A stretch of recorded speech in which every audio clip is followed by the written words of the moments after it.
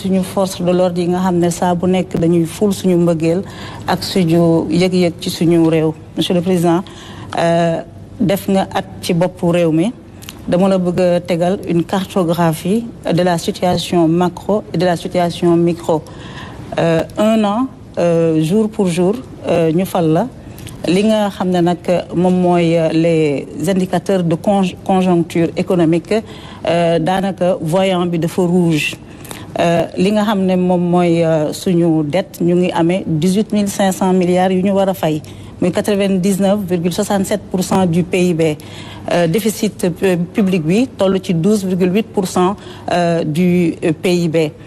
Sénégal gannaaw ba ngeen fësale rapport Cour des comptes bi ñu déprécier suñu note souveraine ñu jóge B ba dem ci B plus dem ci B négative avec des perspectives négatives. Secteur BTP bi nga xam ne moom moo war a ful économie bi nekk pourvoyeur d'emploi 600 000 Sénégalais di ci liggéey dafa nekk en crise. Production ciment bi sax dafa wàññeeku Sénégal nag ci secteur yu baree bari dañoo accumuler ay impayés yu baree bari même si démb wax nga jéego yi nga xam ne moom la si sa nguur def. Bu ñu demee ci secteur microéconomie bi defoon nga baisse des prix des denrées de première nécessité au mois de juin mais inflation bi ak spéculation bi dafa rattrapé waat ci nga xam ne ñoom ñooy les góorgóorlu sénégalais. Ren Korité bi soble bi bari na yomb na pomme de terre bi bari na yomb na mais jàmbat bi mooy askan bi mënuñu cee jot ndax amuñu lu ñu fa demee. yow nga digoon ñu un Sénégal meilleur nga nañu le meilleur est à venir. Le meilleur est à venir boobu nan nga ñu fay yóbboo ndax kat sa référentiel de développement économique pare na te it ci li nga xam ne moom laa la énuméré te mu nekk les indicateurs de conjoncture lan mooy si sa responsabilité yow ak sa gouvernement. jërëjëf soxna Maïmouna sama responsabilité mooy uti pexe ba saafara problème yi ak jafe-jafe yi nga xamante ne Sénégal amee na ko waaye askanu Sénégal a ngi mu ngi koy jànkonte loolu mooy ci sama responsabilité ci lay xëy ci lay gontu ci lay yendu ci lay fanaan ànd ci gouvernement bi yépp ak ñi nga xamante ne ñoo nekk ci administration yi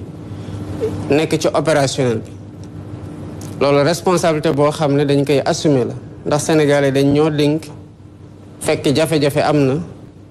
ñu ne ñu utal leen ci saafara waaye quant à fan la jóge ba ñu fekk ko fi boo ñëwee ci bërëb fekk fa dara te di door a egsi si bërëb ba gëw ma ne mën nañu wax ne li nga fa fekk yow yaa ko fa def suñu responsabilité tamit bu ñu assumer ba pare mooy gannaaw bi ñu sénégalais yi joxee lenge yi nee ñu jox nañ leen dénk nañu leen doxal leen li ngi leen digoon li ngeen ñu digoon wan leen ñu ko il était important que ñu xam d'accord ñun ñëpp sénégalais yi ci fan la ñu jóge pour dem fan. Alhamdulillah depuis 2012 le Sénégal voté loi wax ne saa yu coppiteg amee ci kaw réew mi maanaam à la suite de chaque élection même bu fekkee ne dañ fa tegaat sax kenn koo xamante ne moo fa nekkoon saa yu ñu génnee élection rek dafa war a def compte yi loolu yoon moo ñu ko teg buñ ko defoon ni ñu ko defee nii wàccoo nañu ak yoon buñ ko deful woon tamit mel na ne wàcc nañu yoon kon suñu première responsabilité c'était de wax sénégalais yi fan la réew mi toll ñu xamee ko ñun nuñ ko xamee gannaaw bi ñu ko saytoo ba pare parce que li ñu fi fekk nii wóote nañu lu ñu yaakaaroon na moom la ñu fiy fekk bu nekkoon ne xamoon nañu jafe-jafe am na xamoon nañu sénégalais yi nga dund lu metti bu nekkoon na daan nañu wax na trajectoire économique bi ñu teg Sénégal du tax mu développé wu ñun xamuñu woon ne que problème yi nii la ñu mel bu sénégalais yi defee attention ci sama kàddu ci bi ma waxtaanee ak journalistes yi fii am na yoon yoo xamante ne su may wax damay junj ne lu ñu fi fekk doy na waar parce que c'était pas le moment avancer des chiffres wala annoncer une situation économique plus catastrophique que l'imaginaire ou la connaissance populaire bi jàppoon. Donc on a laissé la loi opérer. IGF def na liggéeyam sénégalais yi d'accord ñu woon wala boog ñu bëri gëmuñu ko woon. Cour des comptes ñëw na certifié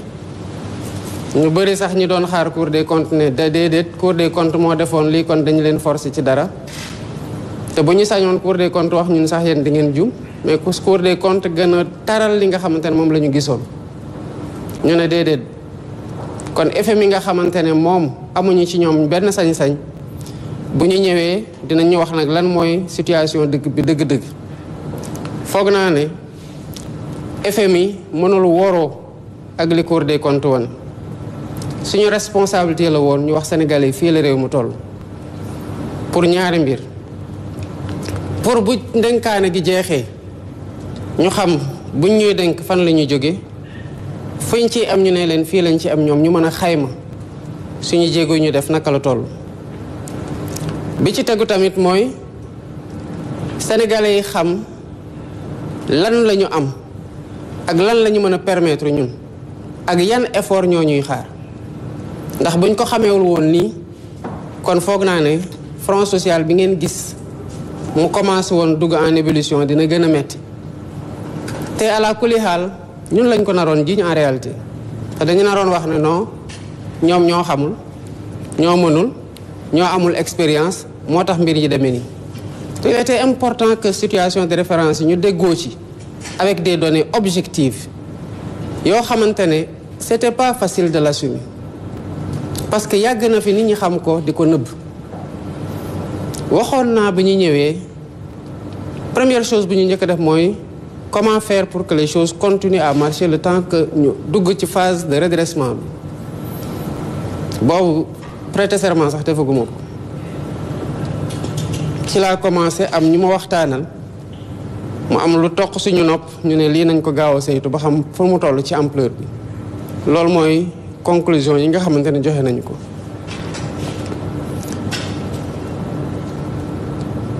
li gën a am solo mooy tey sénégalais yi bu doon jóg di nekk ci revendication tey war nga xam lan la réew mën ak lan la réew mën au moins sur ce plan là on va s'accorder. Maintenant ndox tuuru na bàq ci des bi ñu defee les premiers audits avec l'IGF on était jóge nañ 73% dem ci 83,8 ou 0,7% donc 10 points yokkoo nañ ci woon le déficit jóge woon na 4,9 dem déjà ba 11 ñu toog ñu ne mais comment faire parce que lii bu ñu ko wonee marché yi dinañ ñu sanctionner cas bu ci gën a atypique mooy avant conclusion yi di génn ci Cour des comptes nekkoon nañu sur le marché financier am lu waroon dugg avec un taux de 8% ñu ne dafa bari nañu waxtaan ba xool ndax mën na wàññeeku ñu nekk di waxtaan rapport Cour des comptes génn les mêmes ñi nangu woon lebal ñu à 8% ne mënatuñ ko dañuy yéeg ba 12%. kon que marché yi sanctionné ñu c'était quelque chose qui était attendu. La deuxième chose c'était dégradation de notre souveraineté Sénégal xamoon nañu ko ñu assumer ko ne malgré tout même bu dee dañuy dégrader parce que loolu moo correspond ak situation de référence bi. La troisième chose c'était li FMI ñëwoon def récemment mooy misreporting mooy tey suñu bailleurs yi bëri am nañu droit ne ñu li ngeen ñu joxoon wan ñu ko ba ñu gëm ko ba lebal leen du woon dëgg kon léegi mën nañoo fayeeku ci saa si parce que conditions yi ñuy lebaloon changé na te fu mu nekk nii rien ne nous garantit que ñoom duñ ko def parce que boo dindee ma propre personne Bassirou Diomaye Faye dindi la personne de mon prédécesseur en définitive Sénégal moo leboon joxe données yu amul Sénégal googu moo fi nekk ba tey boo fa dindee les changements de régime mais vis-à-vis des Sénégalais déjà lu tax ñu adopté démarche boobu man dama jàpp ne man faluñu ma pour ma nekk di wax Sénégalais gi lu waroog dëgg bu doon loolu rek la ñuy xaar ci man sax du ma présenté ba ñu may fal donc du moment que fal nañ ma jàpp na confiance lañ teg ci sama loxo dëgg laa leen amel. beneen bi c'est par rapport aux partenaires ñun dañu bëgg ñun ñu jox ñu respect gi war ñun Sénégal ba sénégalais fu mu dem fu mu taxaw ñu jox ko cëram parce que réewam ak askanam ñu ngi doxale noo xamante ne respect rek lañ ko amel ci biti te bu ñu bëggee partenaires yooyu respecté ñu ñun on doit être respectable te on ne peut pas mënuñu nekk respectable dans la contre-vérité. Prenant en compte tous ces éléments-là yi ma décrire par rapport à askanu Sénégal par rapport ak lu ñuy xaar par rapport ak effort yu ñu war a def par rapport ak redressement yu ñu war a def évidemment nous avons choisi dañoo tànn wax sénégalais yi dëgg gi metti na mais jubanti day fekk déjà nga nangoo xool lu dëng nangoo ne dëng na nga door a jublu ci jubanti naka lañ koy jubanti d'abord wax nga ne soble bi manqué wul prix bi yokkuwul au contraire ak yeneen kazalika mais sant yàlla alhamdulilah bu fekkoon ne dañoo am jafe-jafe ba pare mu mel nu mu doon mel ci chaque période de fête kon mu gën a metti kon d'abord bu doon ay poñ yi ñuy marqué mën nañoo jàpp ne kon ci fête bii de gouvernement bi marqué na ci poñ parce que dara manqué wul dara yokkuwul ñu koy sante yàlla bu baax bi ci tegu mooy bi ma defee sama discours dama noonu ay yeneen bés dinañ ci toppaat mooy bi ñu defee bés yi bésewaat nañ wàññiwaat nañ ceeb bi bu ñu gisee ci diggante bu ñu ñëwee ak tey wàññi nañ ci lu mat 100 francs c'est pas rien parce que kenn ku dem jënd ji saaku ceeb bu juróom fukki kilo dañu la delloo junni joo xamante ne dañ ko doon lekk balaa ñuy ñëw ñu bare ngi wax waaw marché international bi et cetera mais non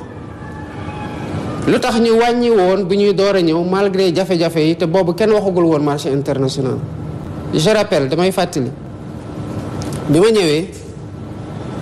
dama woo le directeur du commerce intérieur ñu toog ak moom ne ko lan mooy situation bi parce que sénégalais yi sonn nañu te il faut que ñu jàppale leen wàññi dund gi mu ne ñu prix yi lii la 450 francs kilo ma ne ko lu tax lan moo ci mën a dañ mu ne ma TVA amu ci droit de douane amu ci kon lan lañ ci mën a wàññ mu ne ma dara mu ne amul TVA bu ñuy dindi pour mu wàññeeku amul droit de douane yu ñuy dindi pour mu wàññeeku ñu ne leen ak ala kuli xaal foog mu wàññeeku ci la ñuy njëkk a tëgg benn stratégie pour répondre ci naka la ñuy génnee sénégalais yi ci jafe-jafe yi ñu ne mais lan moo tax ceeb bi di cher nii ñu gis ne ñi koy dem jënd ji ñun amuñu benn maîtrise ci prix yi ñii ci coût transport bi ñu waxtaan ak opérateurs yépp ñi nga xamante ne dañuy importer ceeb ma ne ministre bi da ngay dem Inde yàgg say équipe ñu xool naka la ñu mën a wàññee frais de transport yi tax prix bi ñu koy livrer ci prix boo xamante ne port kiy jaayaat mënul bañ a jaayee prix bi nga xamante ne moom lañ fi fekk buñ ko defee d'abord il y avait 500 000 tonnes de riz yoo xamante ne mënuñu ko woon jël bi may door a egsi ma laajte lan moo tax jëluñu ko ñu may wax ay non problème mu transport waa Inde dañ ñoo wax lii waa Inde dañ ñoo wax la lii loolu moo taxoon ñu dem ba Inde pour waxtaan directement ak ñi nga xamante ne ñoo taxoon mënuñu jot ci ceeb boobu et qui permettait déjà ñu wàññi non seulement waxtaan nañu ak ñoom supprimer nañu ñaari intermédiaire pour wàññi coût yi mais amaatoon nañu un quota double jóge nañu 500 000 am un quota 2 millions bi ñu xamee ne wàññi nañu coût yi moo taxoon ñu xam ne ala kulli xaal bu ceeb bi nga xamante ne moom la ñu waxtaane woon desee kese ci marché bi wàññi dina gën a yomb moo taxoon décembre lañ naroon annoncé wàññi ma demande ministre bi est-ce que on est sûr que sur le marché aujourd'hui ceeb bi ñu waxtaane woon jënd ko à plus bas prix que ceeb bi ñu fi fekk moo des kese ci biir marché bi mu ne ma waaw te ci perspective yi ñu am sax mën na am ñu mën a yokkaat quota yi waaye mën na am mu am ay embellis sur marché international ma ne kon nañu xaar ba mu wóor ñu ne que am nañu maîtrise ci loolu moo waral bés bii ngeen gis nii te stratégie yooyu nag moom la ñuy nekk di dérouler ci yeneen secteurs yëpp d'activité yi wax nga kaw BTP bi oui BTP bi am na problème comme ni yeneen secteurs yi amee problème parce que Sénégal ci boppam moo am problème ci contexte bi dette intérieure bi tey nu mu toll bëri na secteur boo jël bu fekkoon ne fekk nañu koom gi taxoon ñu mën a éponger toute la dette extérieure kon relance économique am injection am na financièrement mais lu ñuy injecté en fait banques yi dañ koy aspirer parce que seen endettement secteur privé bi moo bari qu'est-ce qu'il nous faut faire aujourd'hui waxtaanaat ak ñooñu nga xamante ne ay différents secteurs lañu uti pexe dinaa ci ñëwaat léegi ci liy tax xaalis amaat ci biir réew mi mais en attendant par rapport ak li nga xamante ne moo fi disponible def nañu ay injection yoo xamante ne xeebuñu ko parce que bu ñu ñëwee d'abord ci secteuru agriculture opérateurs yi mais dañu fekk ñu amee leen bor 2020 2021 2022 ba 2023 ñu fay lépp fekkoon nañu engrais cher ñu wàññi ko de 22% ba pare double quantité yi kon boo xoolee ci différents secteurs yi des efforts ont été faits nii ñuy wax ak yéen nii campagne 2024 bii rek lu ñu dese amee lu ñu kenn bor lu dul 3 milliards yoo xam ne moom la ñu war a fay te du yàgg kon ci secteur opérateur yi lay wax ci yeneen secteur comme BTP bi def nañu effort c'est insuffisant certainement parce que li ñu amal BTP bi dafa bari balaa ñuy mën a répondre maintenant à tout ça une relance de l'activité efficace il faut que ñu xool comment dégager des couloirs budgétaires parce que bu ñu ko deful lu ñu mën di dajale ci impôt sur le plan intérieur ci fii la ñuy gën a yaakaar aujourd'hui parce que le marché international est dur d'accès pour ñun au regard de la notation de la situation budgétaire du Sénégal lu ñu dajale boo moytul intérêt de la service de la dette moo koy aspirer parce qu'il est énorme wax nga ko 18 500 milliards en réalité ëpp na ko te service de la dette yi surtout dafa ne ko loo xam te ne dañ ko différé woon pour mu génn ci mandat précédent bi tombé suñu mandat moo tax bi ñu ñëwee xool lañ xam ne ça c'est pas soutenable il nous faut maintenant entre autres stratégies ci loolu la ministère de l'économie et des finances ak ministère de l'économie du plan et de la coopération ak naataangoom ministère des finances ministre des finances et du budget di liggéey ci lu ñuy wax service actif gestion active de la dette